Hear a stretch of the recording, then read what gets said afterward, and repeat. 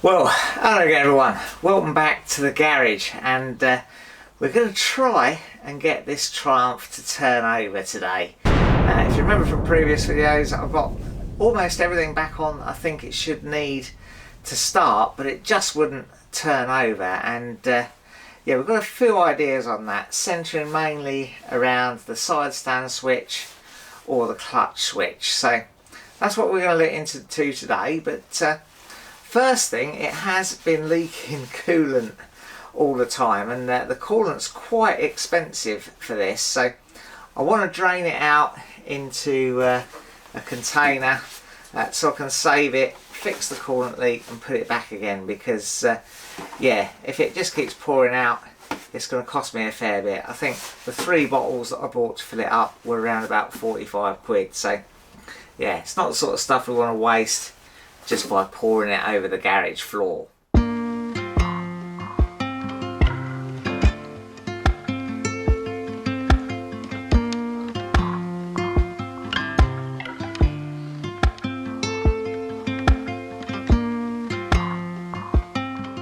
Right, well, that should save me a few quid hopefully, but I'm not going to be able to check those connections with the petrol tank still on the bike, so next job really is to take the tank off again, and of course it's just rested on there with the connections, the 2 wiring connections and the fuel hose. So I'll get my special plier things, because remember I've got that really delicate spigoty thing on the bottom of the fuel pump. I don't want to break that.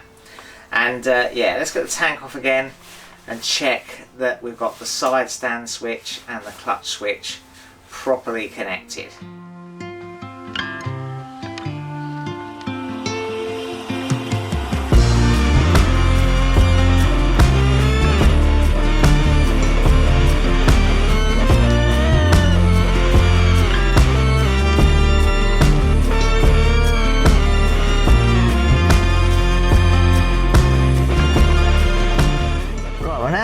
Tanks off, let's check out the side stand switch. So that's the wiring connector, and that runs up, there's the wire, that runs up here and it comes up to this connector here. I don't know if you can see that, but yeah, that is one I've connected.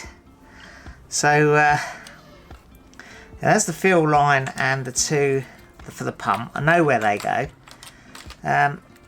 This one is a mystery, but that disappears into this part of the wiring loom, which goes into the main part of the loom, which goes up the frame here and pops out there. So that could well be connected to the clutch switch.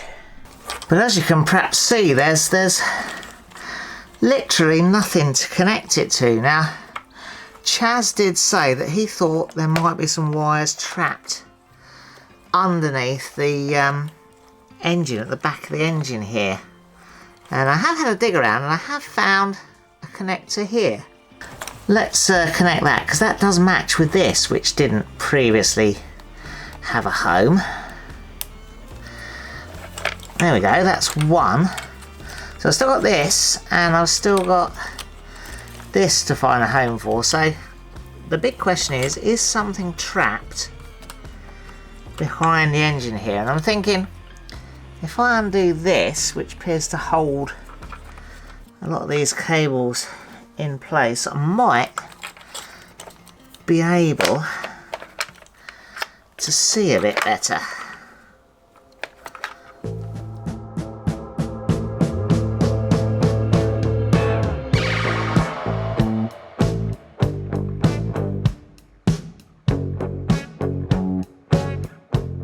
Well, no, I couldn't see anything loose, anything that looked like a connector that was adrift.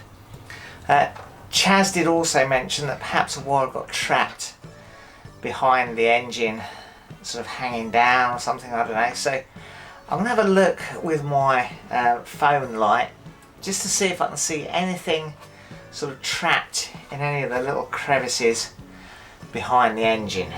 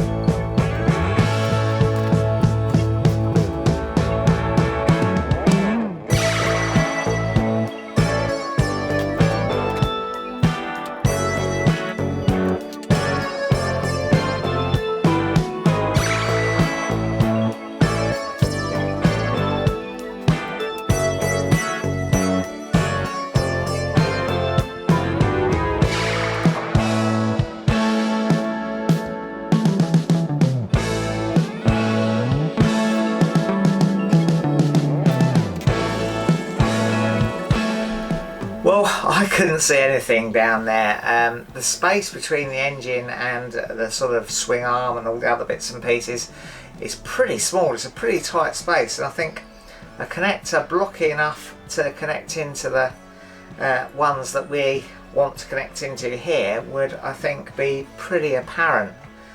But we have found a home for one more connector since we last tried, so I'm going to put the side stand up. Bike's definitely not in gear. Put the ignition on. I'm going to hold the clutch in and see what happens. Nothing.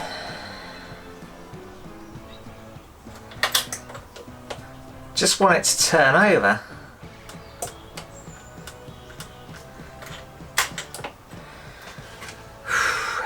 Let's adjust this clutch lever right out, because I did have problems with the clutch lever on the lowest setting before, not engaging the clutch switch properly, so it's adjusted right out.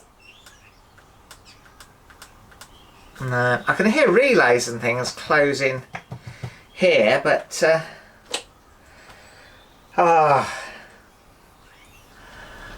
well, I've disconnected the battery again. I'm getting a little bit flipping disheartened with this. But Nikki's been out and she's had a look as well, second fresh pair of eyes, see if she can see where those connectors go.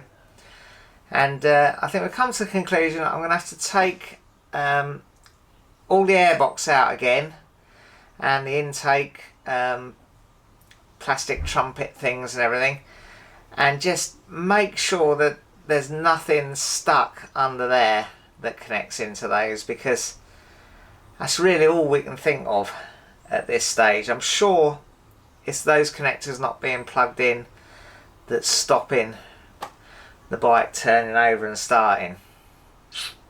Anyway, we have to take all that off again.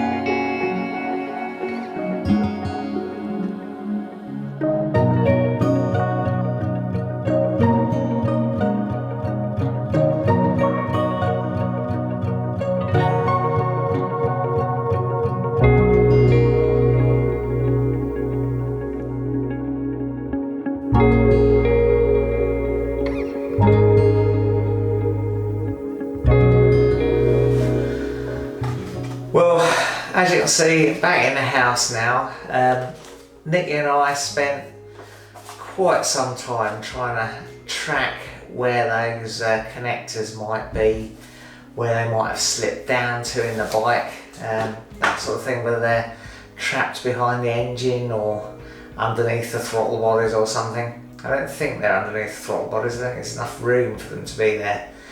But in the process, I managed to pull out another connector which connects into the crankcase below the throttle bodies, and I don't think I'm going to be able to reconnect that without taking the throttle bodies off again anyway. So, and to take the throttle bodies off, I've got to take that coolant hose out that runs past them, between them and the frame.